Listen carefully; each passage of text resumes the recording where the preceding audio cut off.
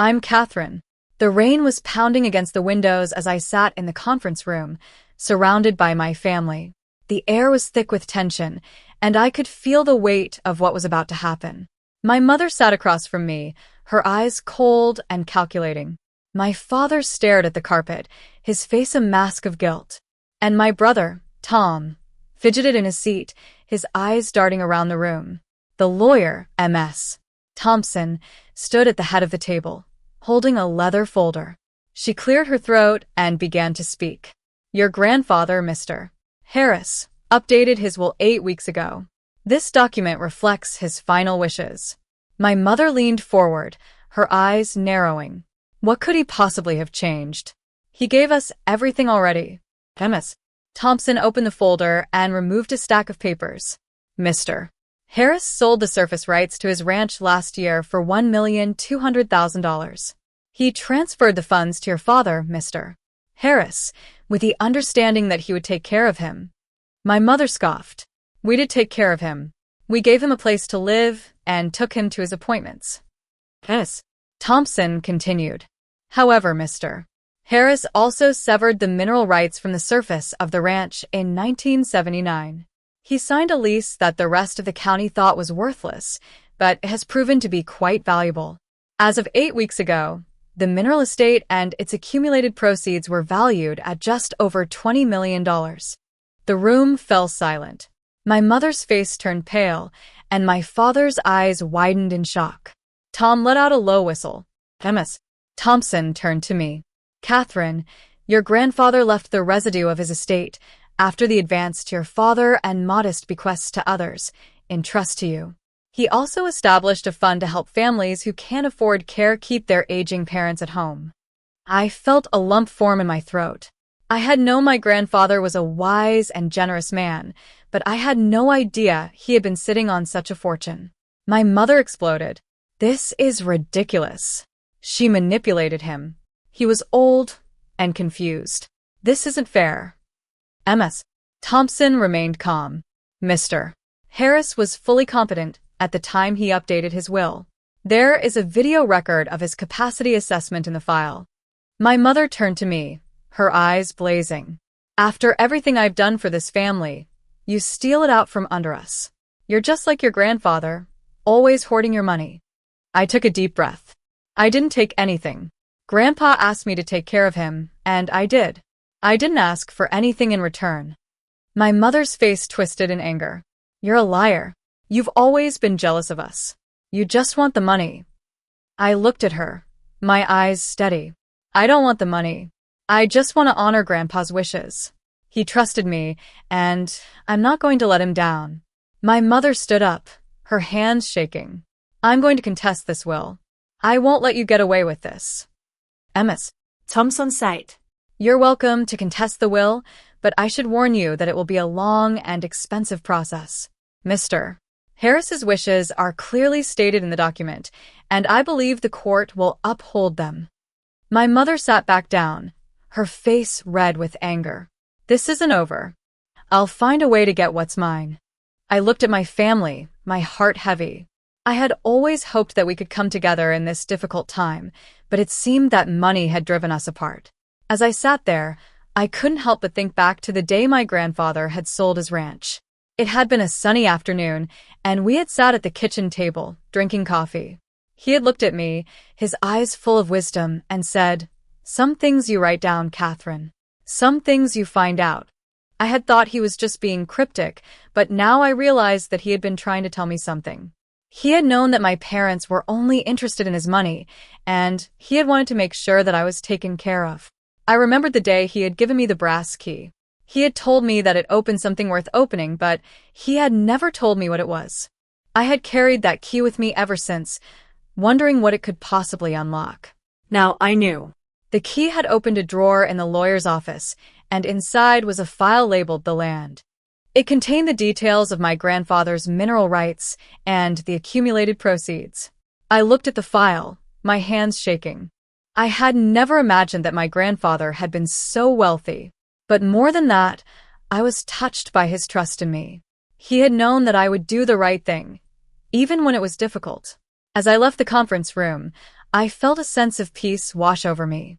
I knew that the road ahead would be difficult, but I was ready to face it. I would honor my grandfather's wishes and use the money to help others, just as he had wanted. Looking back, I realized that this experience has taught me a valuable lesson. Money may be important, but it's not the most important thing in life. What really matters is the love and trust of the people around us. And in the end, that's what my grandfather left me, a legacy of love and a reminder that sometimes the most valuable things in life can't be bought. It all started 8 months ago when my grandfather, Mr. Harris, sold his ranch. He had worked that land for over 50 years, and it had been his life.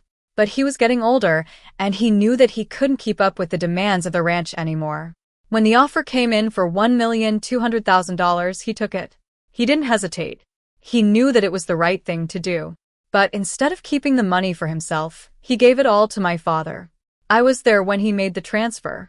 We were sitting at the kitchen table, and my father kept saying, "Dad, you don't have to do this. You should keep the money for yourself." But my grandfather just looked at him and said, "Take care of me." It was a simple request, but it carried a lot of weight. My father nodded, and they shook hands. That was the whole arrangement. My mother, who had always been jealous of my grandfather's wealth, was thrilled. She saw the money as a way to finally get the things she had always wanted.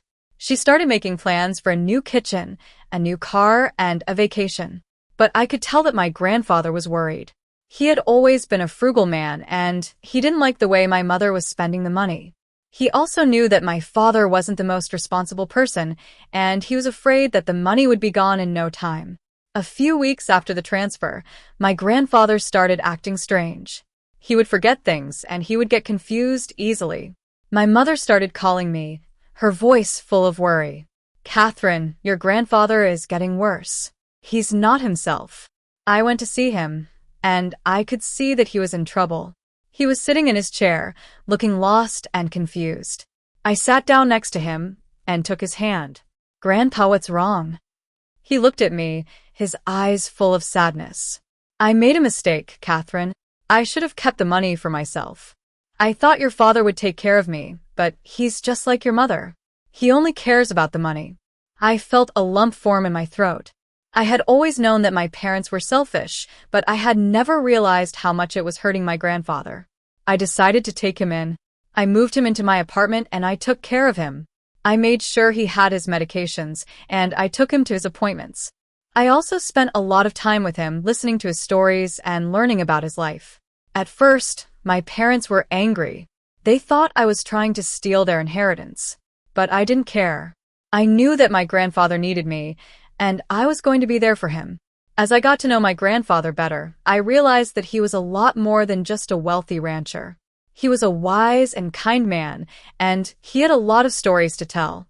He also had a passion for weather, and he always had an old weather radio with him. One day, he showed me a small brass key that he wore around his neck.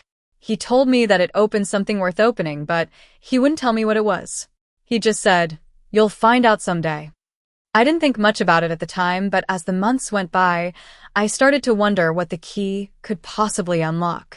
I asked my grandfather, but he just smiled and said, "Patience, Catherine. Everything will be revealed in due time." As my grandfather's health started to decline, I knew that I had to do something. I started looking for a way to help him, and I came across an old soil moisture sensor project that I had worked on years ago. I showed it to my grandfather, and he was immediately interested. He started asking me questions about the project, and he gave me some ideas on how to improve it. Over the next few weeks, we worked together on the project. We redesigned the hardware around the weather radio, and we came up with a way to pull pressure data off the public band. It was a lot of hard work, but it was also a lot of fun. I had never worked so closely with my grandfather before, and I realized that I had a lot to learn from him. One night, the prototype finally worked. The little screen flashed its first correct rain warning, and my grandfather laughed out loud. It was the first time I had heard him laugh in a long time, and it made me feel good. After that, my grandfather started telling me about the ranch. He told me about the wells that had come in dry, and the one that had finally struck oil.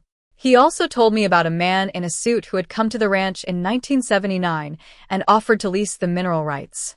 Everyone in town had thought he was a fool to sign the lease, but my grandfather had trusted his instincts. He had known that there was something valuable under the ground, and he had been right. As he talked, I realized that my grandfather was a lot more than just a wealthy rancher. He was a visionary, and he had a lot of wisdom to share. A few weeks later, my grandfather started getting tired. He slept more and more, and he didn't have the energy to do much. I knew that his time was running out, and I was heartbroken. One day, while I was sorting his medications, I found a sealed envelope in his nightstand drawer. It had a name and address embossed in the corner. M.S. Thompson, Attorney at Law, Estate and Trust. I picked up the envelope, my hands shaking. I knew that it was important, but I didn't want to open it without my grandfather's permission. I showed it to him, and he looked at me, his eyes full of sadness. "Catherine, I've been waiting for the right time to give this to you," he said. "It's my will. I want you to know that I trust you, and I want you to take care of things when I'm gone." I felt a lump form in my throat. I knew that this was a big responsibility, but I also knew that I couldn't let my grandfather down. A few days later, my grandfather passed away. It was a sad day, but I knew that he was in a better place. I called my parents and told them the news. My mother was devastated, but my father just seemed relieved. He didn't say much, but I could tell that he was thinking about the money. A few weeks later, we went to the lawyer's office to read the will. That's when I found out about the mineral rights and the $20 million. It was a shock, but it was also a relief. I knew that my grandfather had done the right thing, and I was proud of him. As I sat in the conference room, surrounded by my family, I knew that the road ahead would be difficult. But I was ready to face it. I would honor my grandfather's wishes and use the money to help others, just as he had wanted. In the end, the money didn't matter. What mattered was the love and trust of the people around me. And I knew that my grandfather would be proud of me.